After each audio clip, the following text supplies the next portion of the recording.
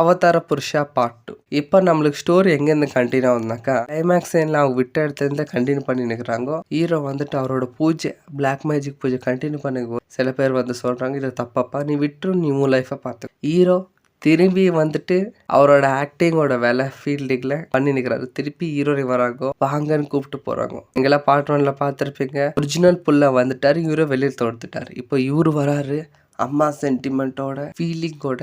பாருங்கள், ஃபர்ஸ்ட் ஹாஃபில் காமெடி இருக்கும், சாங்ஸ் இருக்கும், டான்ஸ் இருக்கும், என்டர்டெயின்மெண்ட் கொண்டு எல்லாமே இருக்கும். இது அதில் பொருத்தமாக சொல்லியிருப்பாங்க. பட் செகண்ட் ஹாஃப்ன்றது நீங்கள் அதெல்லாம் எக்ஸ்பெக்டேஷன் பண்ணக்கூடாது. செகண்ட் ஹாஃபில் முழுக்க இந்த கதை நோக்கி மட்டும் ட்ராவல் ஆகும். ஒரே ஒரு சாங் தான், டைட்டில் சாங் தான் இருக்குது ஹீரோக்கோசரம். அதுக்கப்புறம் மிச்சது எல்லாமே கதையோட தான்.